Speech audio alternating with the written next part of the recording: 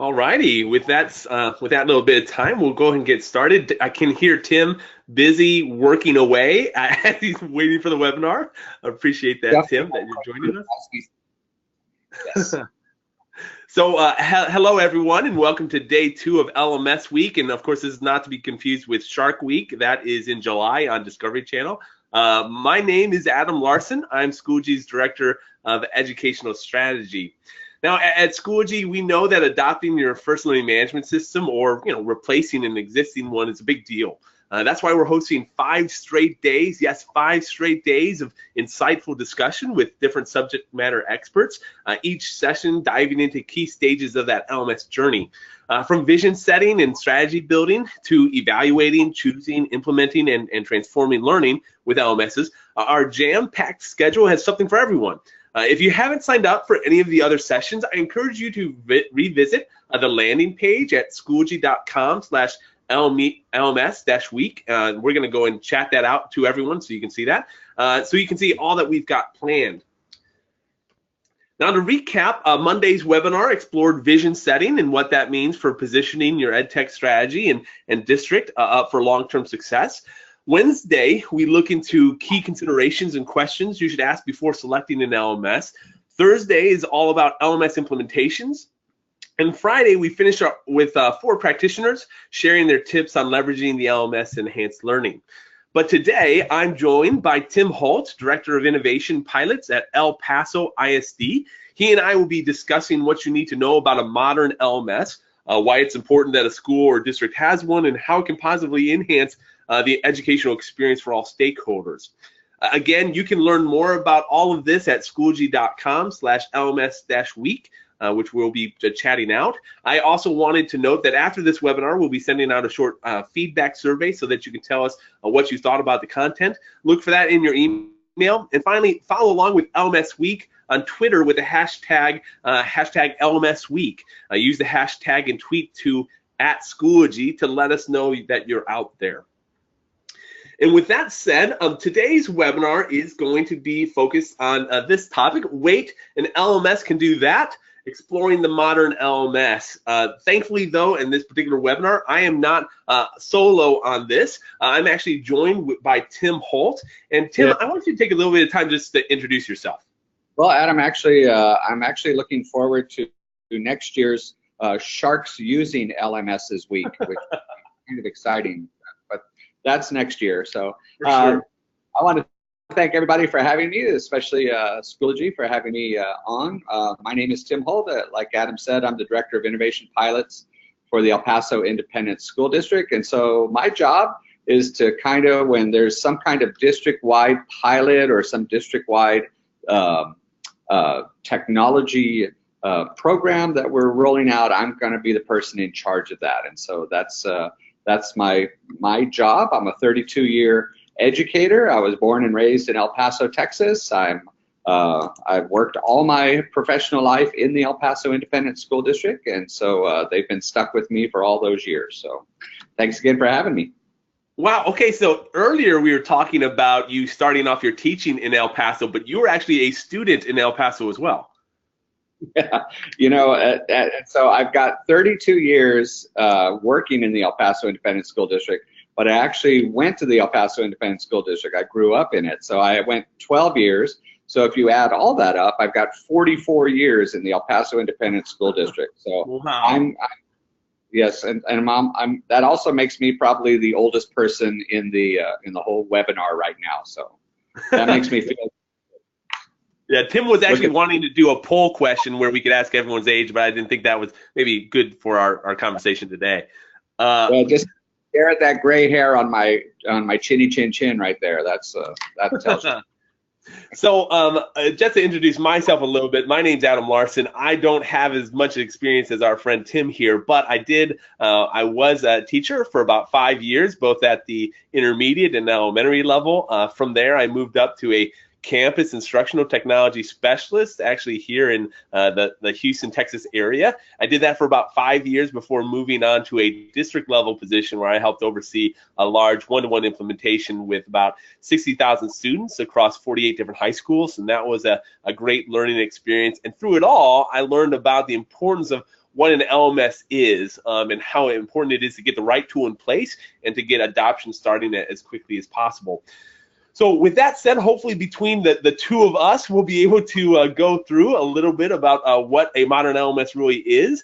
But to do that, I wanted to talk through our agenda. I want to make sure everyone kind of knows what to expect in our time. First off, we're going to really start with a case study, and that's going over El Paso ISD's LMS journey. I actually was a little bit of a part of that because I was talking with Tim during the sales process as they were looking through different LMSs. So I'm looking forward to hearing his recap of that. Despite that, we went with Schoology, Adam. Despite that. And Tim is a great guy to work with, as you can tell. The other portion of this webinar, so if anything, stay for El Paso's case study. That's the meat and potatoes of this particular webinar. But if you'd like to stay with us, I would love to have a chance to even talk about what a modern LMS looks like. I'm going to be talking about from a teacher's perspective, a student's perspective, and a parent's perspective. From there, we're going to have some key takeaways with Tim, things that he'd like you to kind of go away from this time knowing or thinking about. And then finally, we're going to end with some Q&A where, as questions are coming up, we'll try to deal with those. Speaking of Q&A, there is a tab in the webinar where you can be asking questions. We have some great people online who are trying to answer those questions as they come in. But if you're coming online and having some specific questions, please let us know. By the way, Tim, just to set the record straight, we have James, who is a retired individual who is at least several years older than you. Again, for James's sake, I will not go ahead and state the age, but he is an experienced professional. Let me just leave it at that. Well, I would like to point out that James is from El Paso High School, so that apparently lots and lots of old people hang out in the El Paso Independent School. My question is, James was one of your teachers. That's I think the question that all of us really want to know. No, he was at El Paso High. I went to Irvin, so that was a. Gotcha. All right, so let's get in. Oh, go ahead, Tim. What? James lucked out by not having me. So. So let's go ahead and start off with El Paso ISD LMS journey. By the way, this is a beautiful picture of El Paso. I thought Tim took this picture with his drone, but apparently he just got it from Wikipedia. But I still credit it to him. Let's go and start talking about a little bit about El Paso ISD, because I don't think necessarily all of our attendees necessarily know a little bit about your story. Can you start there, Tim? Let me talk a little bit about El Paso itself. El Paso proper, the city itself, has about 800,000 people in it, and we have about 8 school districts right in the city itself, and so we butt right up next to Juarez, Mexico. You actually, in that previous slide, if you looked off in the distance and you saw lots of lights beyond those big buildings, that is Juarez, Mexico. So Juarez, Mexico has about 1.5 million people in it. So right in this area proper, we've got over 2 million people living in this area. We've got about 230,000 students that live in the area. They don't all go to the El Paso Independent School District, but the El Paso Independent School District is the oldest and the largest of the school districts in the El Paso area. El Paso, if you've never been to El Paso, a lot of people drive through El Paso on their way to somewhere. They're like, oh, I remember driving through El Paso on my way to California or on my way to Las Vegas. But El Paso is in very far west Texas. But it's about as far west as you can get. We're actually closer. I can actually get to a beach in San Diego faster than I can get to Adam over there in Houston. So that's how far west we are. We have about 59,000 students in EPISD. That number varies from year to year. We're like más o menos about 1,000 students up and down each year. We've got 4,100 teachers. We've got about 900 administrators that go with that. Our demographics are we're right about 84% Hispanic, which you would guess since we're right up against the Mexican border like that. We have about 13% Anglo, and 70% of our students come from economically disadvantaged or are considered economically disadvantaged. So that kind of is the demographics of EPISD at a glance. Interesting. It's really funny. I remember when I came out to El Paso the first time, coming from Houston, it's like, hey, we have that Texas connection, right? And it was interesting because El Paso is so far out there west. I'm glad that you guys still claimed to be Texans with me. I like to tell people that the roads go both ways. They go, El Paso is so far from wherever they're coming from. And I go, yes, but the roads go both ways. The road, you can't just drive to El Paso. You can drive away from El Paso. And we have electricity and running water and an airport. So we're all that. So. Yeah. Well, let me ask you this question, just even looking at some of your data that you have here. It's interesting, as I work with a lot of different districts, sometimes a large ELL population, right, just in general, or, an economically disadvantaged population, sometimes is used to, I guess the word maybe I'll use this time is justify a lack of technology use. Right. But, El Paso, you guys have seemed to avoid those pitfalls. How have you done that? Maybe. Well, a lot of it has to do with being very creative. So like an example, one of the things that we've done is we do have a one-to-one initiative, which I'll talk a little bit about later when we talk about our LMS. But we have a one-to-one in our middle schools and our high schools. We actually looked at right now in our high schools, we don't have any purchased textbooks. We make our own textbooks using open education resources. And so we save millions of dollars by not buying textbooks each year. And so those are all posted up online. And so it's things like that. It's like it's not necessarily saving money. It's just rearranging how you spend the money. And that's one of the things that we're doing with the LMS as well. Those are things those are costs that are associated. And so you have to come up with clever ways to rearrange money, and we do that. We're quite experts at that. Just like we're experts at saving water out here in El Paso because we're out in the middle of the desert, we're experts at saving money as well. That's awesome. So if we kind of go into a little bit more of the story then, so why was El Paso kind of looking for an LMS? And I know that there's a couple points that you had around that kind of fact. Yeah, well, actually, about 4 years ago, we got a new superintendent that came in. We went through all kinds of mess, and we ended up with a brand new superintendent. And he really wanted to do a lot more technology. We had previous superintendents that were not very technology friendly. They said, well, let's just keep things going the way they've always been going. But our new superintendent at the time said, hey, let's change the way we're doing business here in EPISD. And so one of the things that we did was we went one-to-one. One other thing that we did was we went to those open education resource textbooks. But another thing that he wanted to do was he wanted an LMS for all of our students and all of our teachers, and also for professional development purposes as well. And so we actually the first year we actually purchased what we thought was an LMS, and it turned out to be not an LMS. We were kind of like, whoa, this is like a crazy mistake that we made. And so we went back to the drawing board in the second year that he was here, and we went out again, and by the third year we actually went for another LMS adoption. And by that time, because we'd made that original mistake about purchasing an LMS, what we actually had purchased, just for you guys that are kind of, well, what did they purchase if they didn't purchase an LMS? We had actually purchased this software that was more like an electronic cume folder more than anything else, and then it kind of had like this LMS attached to the end of it. It was kind of shoehorned in, and so it really wasn't what we were looking for once we got it up and running.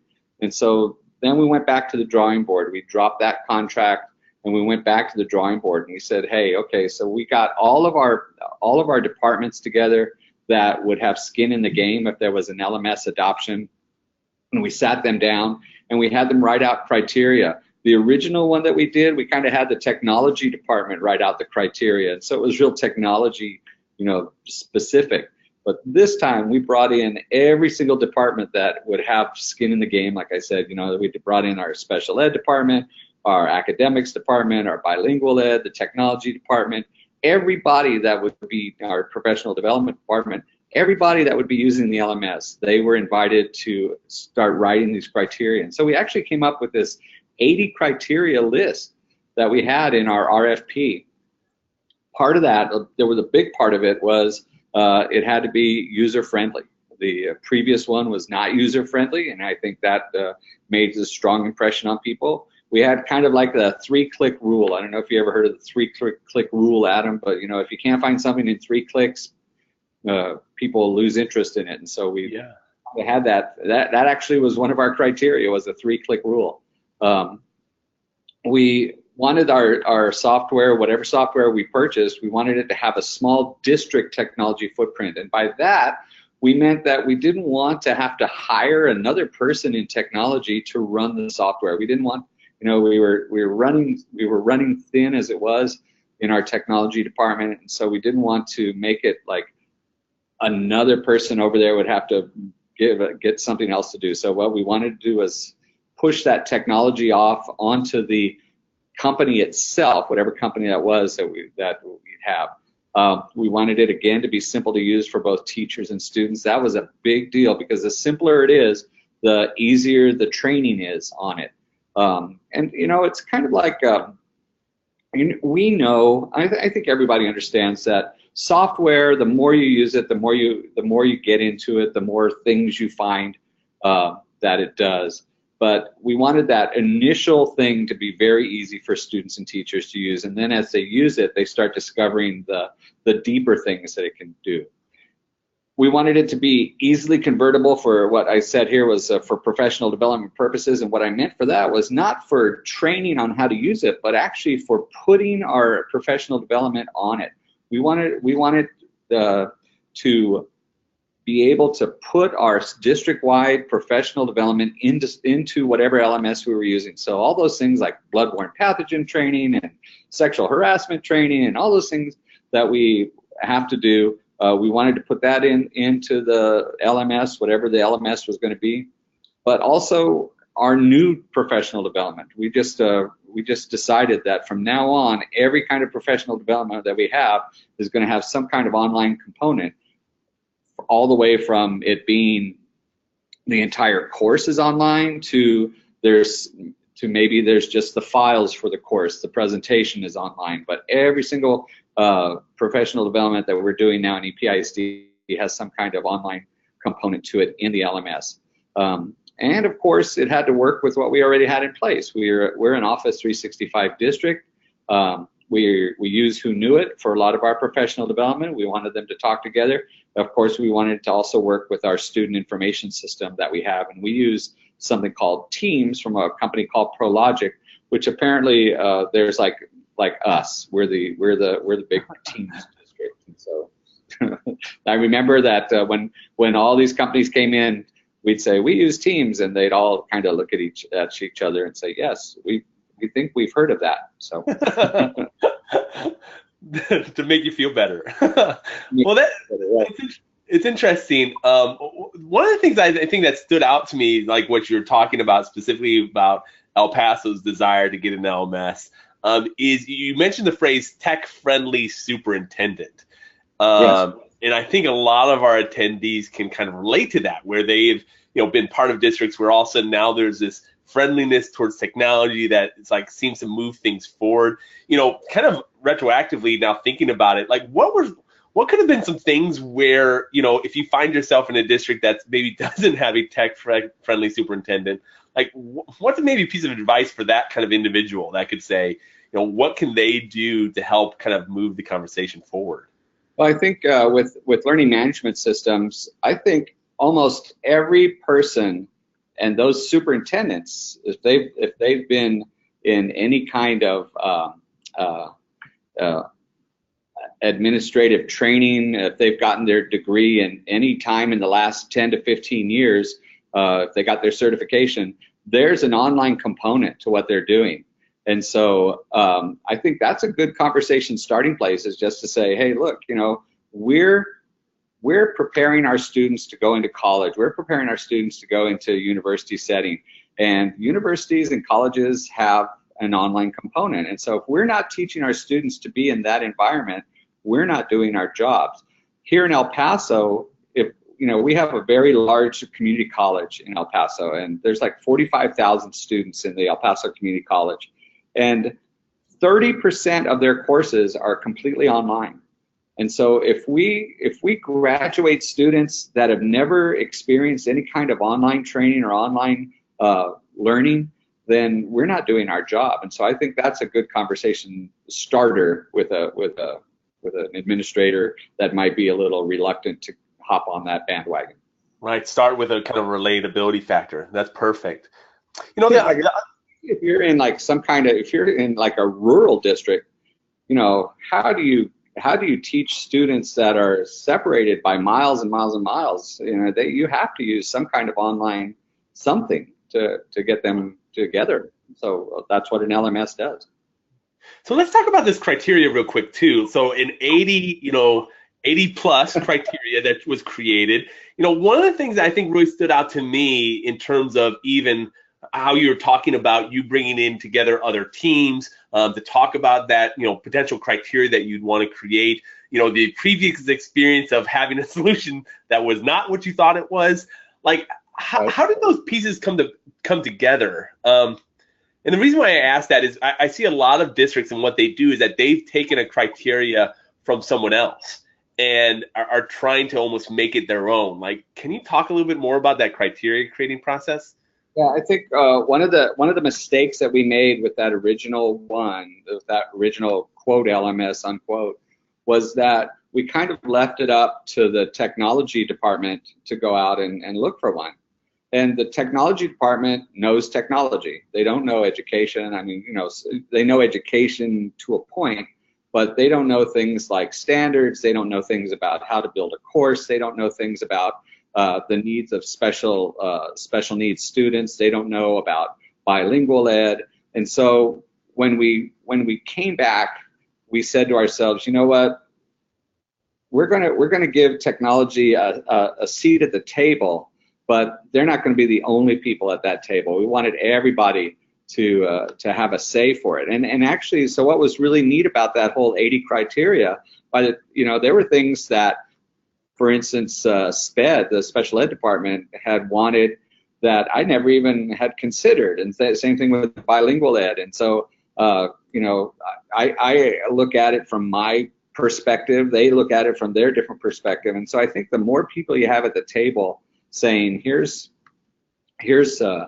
what we want our students to experience, the better off you are. Because if you sit down one day and you go, I'm going to write an RFP for an LMS, it's just going to be your perspective. You need to get those other people, and don't use, you know, you can use other districts' RFPs as a starting point, but certainly don't use it as the only way. And I will gladly share our 80 criteria, which, you know, that's yeah. You'll fall asleep halfway through reading it, but it's, well, and for those of you who are listening, Tim's contact and things will be made available at the end of the presentation. So that's kind of the make sure that you stick around where he'll be able to kind of share that information. Here's another question. Here's another question for you. I mean, with 80 plus criteria, how do you get any kind of prioritizing with that, right? Like, so for instance, you have someone from that, you know, special ed department who has a specific need. And, you know, we were talking earlier and you said, you know, it is unrealistic that a single vendor is going to complete all 80 of those criteria, right? How are you able to kind of set priority with those things? And I know that you even mentioned, you know, user friendliness as being a strong emphasis throughout. Yeah, user friendliness was a big deal. Not wanting to have like somebody that had to man the software or whatever it was that we were going to get was a big deal. We didn't want to have something that would require a lot of back end stuff for the district itself. That was, you know, because remember how I was talking about how we save money. You know, you can't say, well, we're going to buy this LMS, whatever the LMS is. Oh yeah, but I also need to purchase 3 or 4 people here to also man it and keep it running and make sure that nobody unplugs the server or whatever. Okay. And so that's a deal. So we looked at all those criteria, and everybody at the table sat around and we said, okay, so what are the non-negotiables? What are negotiables? You know, of course, not all 80 were of equal importance. but we went through and said, okay, well, some of them have to, the ones that go with like SEPA requirements, those are things that are non-negotiable. Things that, things that are just things that have to have. Ease of use. I mean, ease of use just had to be one of the non-negotiables. If it was difficult to use, then it was immediately, out the door. Again, going back to that 3-click rule. So everybody at the table, again, we sat down with those 80 criteria and we sat there and said, okay, what are the non-negotiables? What are negotiable? What are the nice to haves? What are the has to have? Yeah. So that's how we did it. That's awesome. It's funny that you mentioned the 3-click rule. For those listening, the 3 clicks is basically if it takes you more than 3 clicks to do what you're wanting, then it possibly is not the right solution for you. That's something that, especially as we're talking about modern LMSs in this webinar, like we definitely something to keep in mind. The other thing I like to talk about, Tim, too, is the scroll of death, right? Like if you have to scroll to find something, then again, that solution might not be best for you. It's interesting too. I think the other thing that kind of jumps out for me, and this is something that I think El Paso did an excellent job of, is that you have your 80 criteria that you're using to make your decisions, but the overarching thing is user friendliness, because if that product is not going to actually be used by teachers, it's not going to be adopted. So even if you have, let's say, 80 things checked off on a rubric, if none of your teachers are actually using the platform, have you really succeeded in what you set out to do? So I think that's a great point. But, you can have all the teachers using it, but if the students find it difficult to use, then that's an issue too, because we're buying a district-wide LMS. We're buying one from kindergarten all the way up to 12th grade. And so, of course, we don't expect kindergartners to be, up online, clicking through an LMS, every day. But we do expect 6th graders to be in that space, and we do expect 7th graders to be in that space. And so, at that age, they can tell if something is not user friendly, and they'll give up on it pretty easily. So we wanted to make sure that it was, it looked good to them, it looked easy to use with them, and I think the choice we made was the right one. Awesome. It's an interesting question from Darren. He was hearing you talk a little bit about like accessibility, for instance. And his question to you, has SchoolG met some of the ADA guidelines for accessibility from your perspective? Yeah, actually, that was an interesting thing that came up, because when we were in the middle of this ADA, when we were in the middle of the RFP process, we got a very strange email from like a lawyer in, I want to say Florida, but don't quote me on that. But it was a lawyer who was a special ed advocate, and they wanted to know, so how do these products work with students with special needs? And so we were able to show that schoology worked. It met all the requirements of the American with Disabilities Act. It met all the requirements of all these things that are required. We actually worked, once we had chosen schoology, we actually worked with them and said, okay, so here are the specific questions that are coming from these advocates. So how do we answer these questions? Because I want to, again, it's not my area of expertise. And so Schoology was able to say, well, okay, this is how this works with this type of student. This is how this works with this type of student. And what you do is you combine the LMS along with the accessibility features that are built into whatever device the students are using, like a Mac or a PC. And once you combine those two things together, then you meet almost every single one of the accessibility features that are needed for students. Gotcha. And by the way, Darren is from New York. I double checked on that, so he's not continuing to follow you around from Florida. It might have been Darren that was stalking me. I'll just add my kind of 2 cents on that. One of the nice things with how Schoology has been set up is that we actually have a third-party team that evaluates us on a regular basis to make sure that we are following not only the basic guidelines, but even going above and beyond recommendations that they have. So that's something that we're excited to talk about. So let's move on though in your journey. So the next step is, you actually had the search. So there was a search for a learning management system. Tell us a little bit about that. So we, you with any kind of RFP process, it's like shooting an arrow into the air. It came to earth, not where. And so we had 12 vendors respond. Many of the vendors we had heard of before, some of the vendors we had never heard of before. And so in EPISD, the way we look at these vendor responses is that once all the vendor responses come back, we then go through each bid and we see how they meet the criteria, those 80 criteria that we set forth. And once we, and it wasn't just the Tim Holt show, it wasn't just, it was actually, we actually had a learning management RFP committee that sat down. We went through all of those RFPs.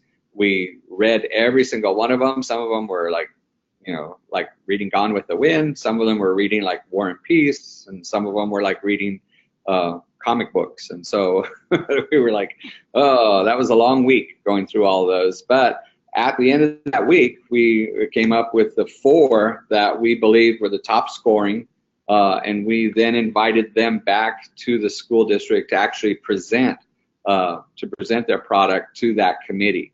And so I think that's what Adam was referring to earlier when he said he came to El Paso as part of the sales team. He was actually part of that presentation group, I believe. And so we invited 4 back, and from those 4, of course, they have to, whenever you do something like that, you have to make sure that everyone is given the same thing to present. They're given the same questions. You can't ask one vendor a particular question that would sway the results to their favor. And so we had like a script that we were going off of for all of those vendors. And at the end of that, we chose Schoology because they came closest to meeting those 80 criteria. Another thing that was probably something that swayed the committee a bit was that Schoology had, they have a free version that and I forget the name of it, but I call it the free version. Yeah, the basic. The basic version, yeah. And so what we were going for was the enterprise version, but they had this basic version, and we actually had about 120 teachers scattered throughout the district that were actively using that free version, unbeknownst to us. And so we were able to see where they were. We were able to see what campuses they were at. And so we thought, well, look at that. We've already got 120, and those are 120 possible champions that we can use when we roll out a learning management system. There are 120 people that can help their fellow teachers. Those are 120 people that can help us train. And so that's very helpful when you have a group of teachers that are already in place, that are at least familiar with the environment. They may not be familiar with how the enterprise version works, but they were familiar with the Schoology environment. They were familiar with how to add things, take away things, and so that was something that was important in those considerations as well. Well, and it's interesting too. A lot of times, we have individuals who ask us, why does Schoology have a basic version of the platform available? Because there are a lot of schools that actually run a lot of their teachers on basic version. And to answer that question, one of the things that we started off as a company was just we wanted to help educators achieve what's possible. So we wanted the platform out there to get feedback, to make sure that we continually met user needs, whether or not they paid us any money or not. Now, currently, how Schoology runs it is that we still have a basic version available, but there's more features that are going to be available on the enterprise. For instance, whether it's mastery, whether it's integrating with their SAS, there's a lot of things that come along that provide really a district-wide solution that I think districts like El Paso really need. It's interesting too, when you mentioned that there was 12 vendors that responded and 4 invited to present. Was there like were you looking at having 4 come in, or was there a possibility of having more come in, or was 4 a number that you got from somewhere? What we did was we had the criteria. We had like a scoring rubric, and so I can't remember right off the top of my head, but let's pretend like if you scored 20 or above, you were invited back to present. And so we set some criteria, whatever that criteria was, whatever numerical value that was off that rubric, and if they scored that number or above, they were invited back to do the presentation. And so 4 of those vendors scored whatever that number was or above. Gotcha. Awesome. Off the scoring rubric.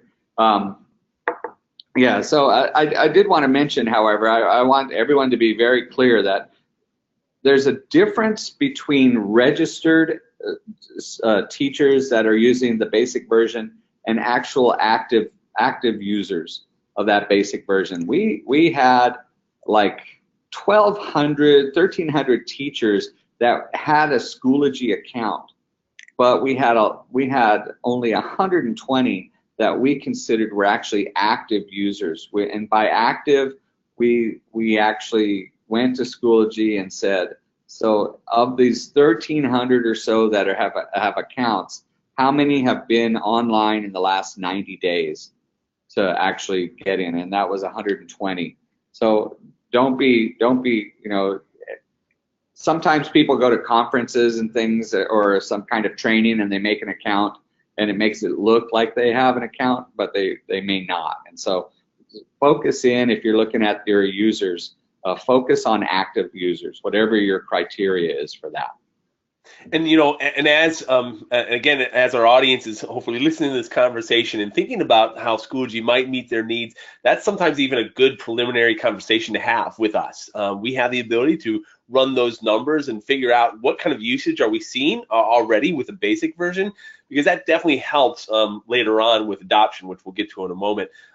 By the way, there's a lot of questions that are coming in. It's funny, Tim, as we're having these webinars, sometimes you hit on hot topics for individuals, and one of the big topics that keeps on coming up is around kind of the accommodations for special needs students and things like that. For those asking the questions, we'll be able to get to those a little bit later. We probably don't have time to answer all of them right now, so specifically toward the end, we'll follow back on that. But with the special, if you send me an email at the end, I can send you those 80 criteria, and you can actually see what our SPED needs were for that LMS. Perfect. Thanks, Tim. So let's talk about then adoption starting. So you guys made a selection with Schoology, and we were able to get as many of the 80+ criteria as we could. That put us at the top, and then you had adoption start. So talk us a little bit through that. So the way we had, there's different ways to roll out something district-wide. You can roll out slowly. You can roll out with a pilot. You can roll out by grade level. And when Schoology came in, their team came in. They presented us with all these different choices. And so what we decided to do in EPISD was, because we had so much technology in place already, because we had a one-to-one in our middle schools, a one-to-one in our high schools, and we had just a ton of iPads down in our elementary schools. So we decided, let's go ahead and roll this out district-wide. And the way we started doing that was, we decided we're going to roll it out district-wide in the fall of 2017. So we started training in the summer of 2017, right after school let out. Back in 2017, as soon as school let out, that following week, we brought in from each one of our campuses these teams of 8 people, and we wanted to make sure that at least one person on that team was the principal, and we did that on purpose. We wouldn't let the team arrive if the principal wasn't part of that team, because we wanted to make sure that the campus administrator had at least some kind of understanding of what an LMS was, what this LMS could do, what the expectation was for the teachers after they went through that training. Now, we didn't have any kind of mandated training, any kind of mandated use of the LMS. what we thought we would do is for this first year, which was what we're in right now, is we would train as many teachers as we could in as many different ways as possible, face-to-face, online, combination, one-to-one, all different kinds of training methodologies using these campus teams, using those 120 active users that we already knew about. We also have people called active learning leaders, and there's 1 or 2 on each campus. We brought them in. We also have trainers that are technology-specific trainers. They're called instructional technology specialists. We brought them in as well. So once we had we had a fairly large cadre of people that were out there training on the use of Schoology. And so what we wanted to do was just give teachers a broad scope. Here's the 5,000-foot view of Schoology. Here's how it works. Here's what you can do with your students. We don't have an expectation of use this year. We don't say you better be using it by Christmas, or something bad is going to happen. That certainly wasn't the case at all. What we wanted to do, we just said, here is the product. Here's the product.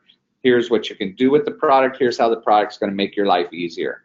And so that's what we did. And so as soon as teachers came back in the fall, we had one day, the very first day they came back, we had a district-wide training at all the different campuses spent on Schoology itself. And so that was the introduction. And then, of course, we've had follow-up trainings since that time, not only online trainings, but also with all those people that we talked about, the active users, the campus teams, our district trainers. So we've kept that momentum going. We didn't want it to be like we call them drive-by trainings, where like somebody comes in and just does a training and you never see them again.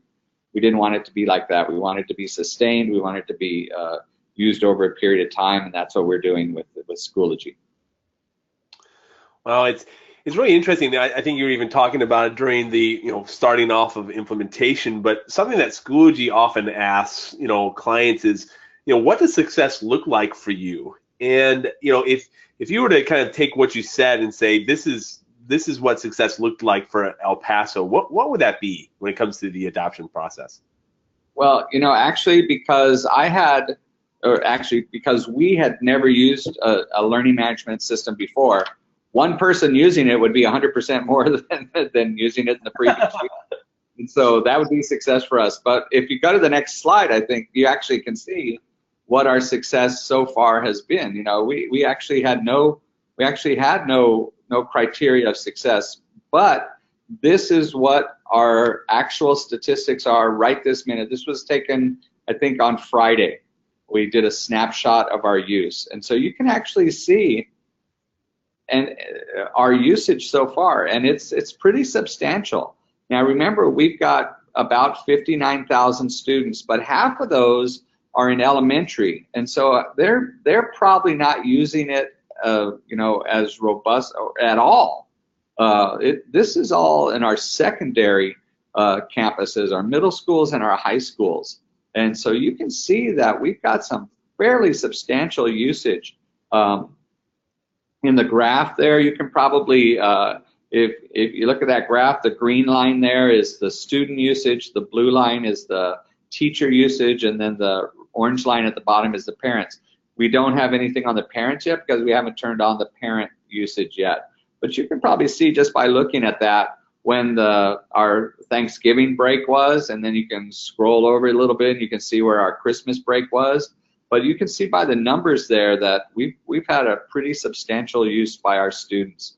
And then when it says 3 million total visits, that doesn't mean 3 million distinct users have popped in. What that really means is like a student may go to first period and log in, go to second period, log in, the same student logging in multiple times in different courses. So we're very happy with these numbers. These numbers are telling us that the students have adopted it. They're telling us that our teachers at our secondary level have adopted it very well. So we're very happy. Yeah, I think what we get excited about seeing these kind of numbers is just that, the platform that you spent, time creating criteria for, the time that you spent whittling it down from 12 to 4, the on-site presentations, all the committees members meeting together.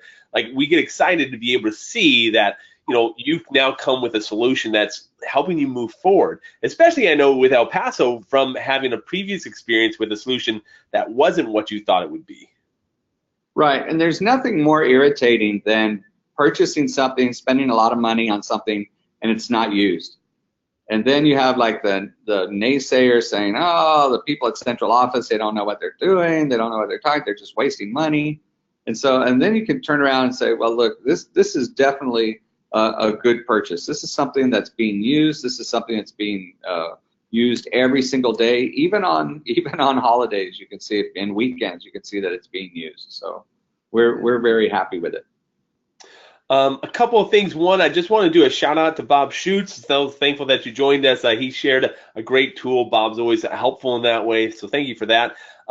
There was a question from Sean, though, and I think I can answer some of this. El Paso specifically has a one-to-one initiative, both at their middle schools and kind of high school. So there's obviously a whole lot of SchoolG usage there. But the question was from Sean to you, Tim, is, are you using El Paso? In El Paso, are you using SchoolG for the younger grades, or what is going on there? So mainly what's happening in the elementary level. So that's about half of our students. So that's 28,000 students. What teachers we're finding right this minute are using it for professional development purposes, and using it in to create groups for their professional learning communities. And so that's kind of where they're at now. If they have like a campus kind of club, they might be using groups for those clubs. But we're really finding that, you know, student usage usually takes off where there's a one-to-one device, and so that it really you're basically looking at our secondary schools right there. That's the usage for 6 through 12, with a little bit of elementary thrown in, a little bit of professional development thrown in. Next year, when we go and visit this again, you'll see more elementary and a lot more professional development. Yeah.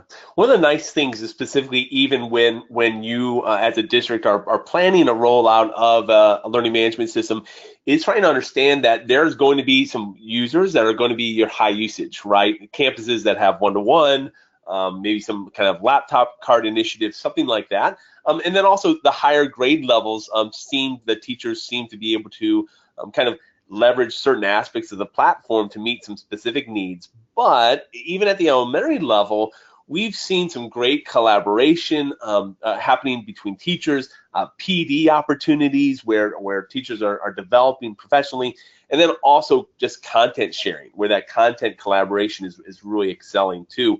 And then as technology becomes more available to the younger grades, we see more and more of that, the numbers spiking because of that. So great question there. Like right now, you'll see lots of, in EPIST at least, you'll see lots of groups at the elementary level that are things like first grade PLC at Crosby Elementary School, or a third grade math, and it might be a group that's for all third grade teachers across the district. So we do have lots of those. Yeah. So then, to kind of finish up, I know there's some things that you're upcoming for El Paso, things that you're wanting to do. I think you talked about a lot of this already in terms of continued PD and opening up parent accounts. Anything more about this that you want to talk about? We're actually turning on the parent accounts this week as soon as our web guy gets back that he's got the flu. So, you know, he's apparently the only one that can turn that button on. So he's because what we're doing is we have something called a parent portal. And so the way we're doing that is that the codes for the students are going to be in that parent portal, so that the parents get the code just for their students. And then the other big thing is we're moving all of our district-wide professional development into Schoology. And so that's a mind shift too that takes place, especially in departments that are not in academics. You know, that also includes our finance department, our facilities department, all those guys that do professional development. We're having them move into the Schoology environment. And by the way, that's a picture of our oldest high school that's still operating. That's El Paso High School. And the reason I threw up El Paso High School on that is because even though that's the oldest campus in El Paso, it's over 100 years old, the students at that campus are one of the biggest users of Schoology. I think they're #2 of all the Schoology users in our district. So I kind of like that dichotomy there of the oldest school with the newest technology. So that's pretty cool. Yeah. And if you email Tim, he can give you a lot more interesting information about that too, which we won't have time today. So with that said, I want to jump into a little bit, and this is actually where Kelly is asking the question, can we see a little bit of the actual Schoology interface? The good news is that Schoology is always available to lead, have demos with individuals who want to see more of the platform. But today's, I think the importance was really talking through Tim's story and how they were looking for this new kind of LMS to take, the El Paso High School. I think that's a great example, and kind of lead them forward. So what I want to do kind of with our remaining time, and we don't have a whole lot, is I want to talk about what this kind of modern LMS can do for teachers, for students, and for parents. And depending on time, we might not get through all of those. But at the high level, when you're really looking at an LMS, the three things stand out to me when it comes to a teacher. And again, Tim can add some of his thoughts here. But one is collaborating with others. A modern LMS is really going to provide an opportunity for teachers to no longer work in an island, right, or work in their silos, but it opens up opportunities for others.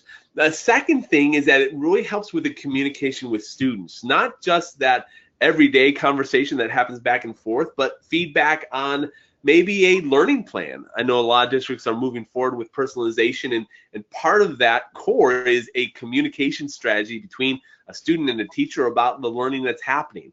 And then the third aspect of a kind of a modern LMS is really the ability to do standard-based reporting, to actually see not only how students are doing in terms of the scores, but around their grades. And to do this, I want to actually just show you really quickly how that works. And Tim, hold me to the 3-click rule, please. I want that to be in case. But what I've done right now is I'm on the Schoology homepage. I'm actually logged in as a teacher here, and I'm just going to jump into U.S. history. And by the way, this click does not count against me. So I'm in U.S. history, and from here, within this course, I wanted to talk about kind of collaboration. Now, it's really easy for teachers to be able to create materials. There's a lot of different ways that materials can be created, and a lot of different materials that teachers can create. But the important thing is that sometimes the teacher doesn't have to create them herself or himself. He can simply go to import from resources. And this is, by the way, I'm logged in as Tracy, our teacher here. And from there, from resources, all she has to do is select groups. And now from a groups area, she goes to curriculum instruction, or she can go to the Forefront School District, whichever it is. And now all that content is available for her. Content such as, the normal curriculum framework that you might expect, but resources. So maybe specific items that she wants to bring in, like a discussion or maybe an assignment.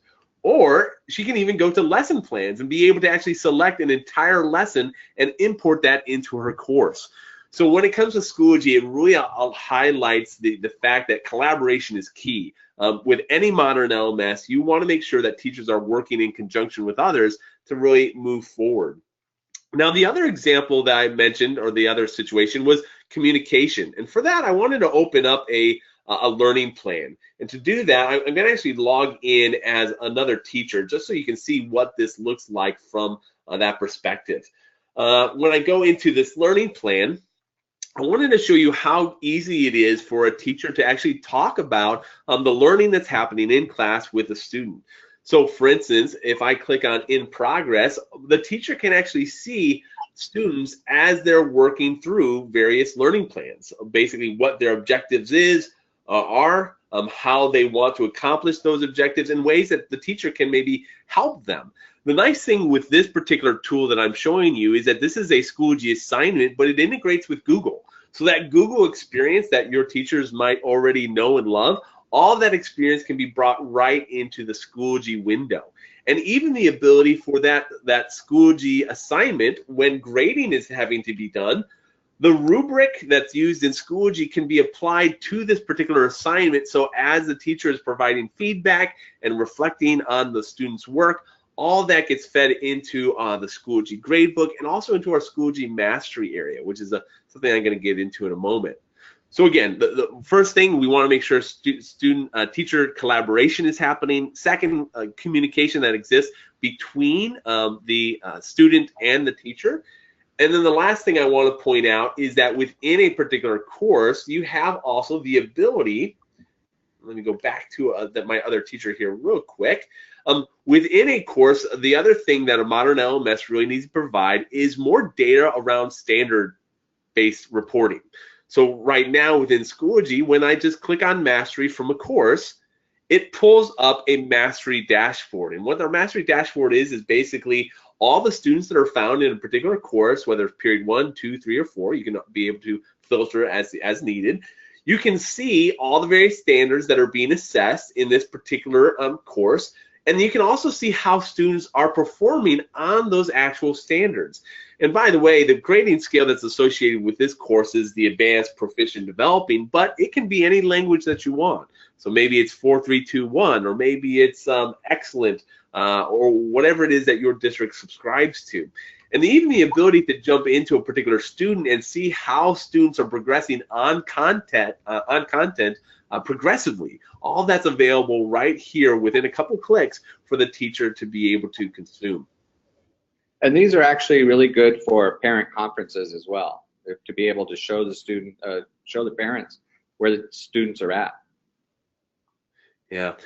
And the last kind of thing that I want to kind of talk through, and I'm going to go back to our main point, Schoology has a lot of ways to be able to impact users, but just to do a high kind of level overview, when it comes to students, the ability to access everything in one place, that they don't have to go to multiple different websites or open up different learning management platforms. They can go to everything in one place, for whether it's their period 1 biology or their period 7 algebra. It's all found in one place.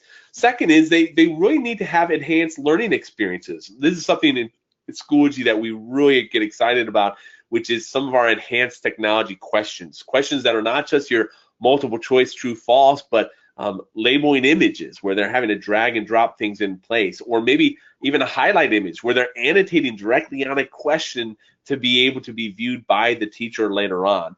There's a lot of great experiences for the student when it comes to modern LMSs.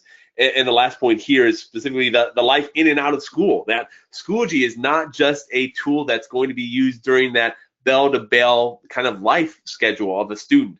It's also being used outside of that normal flow.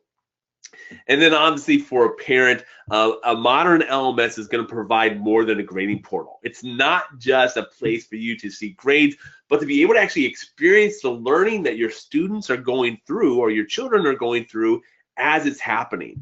And then obviously a one-stop for everything. So whether the parent themselves is viewing multiple students or children that they're responsible for, maybe they're actually getting trained on certain topics themselves, there's a lot of available to that.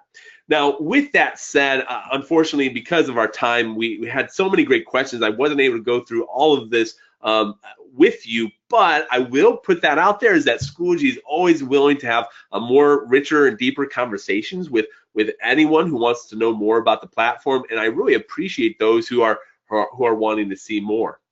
Now, with that said, there are some questions that came up. Because I want to be respectful of time, we're not going to make it to all of them.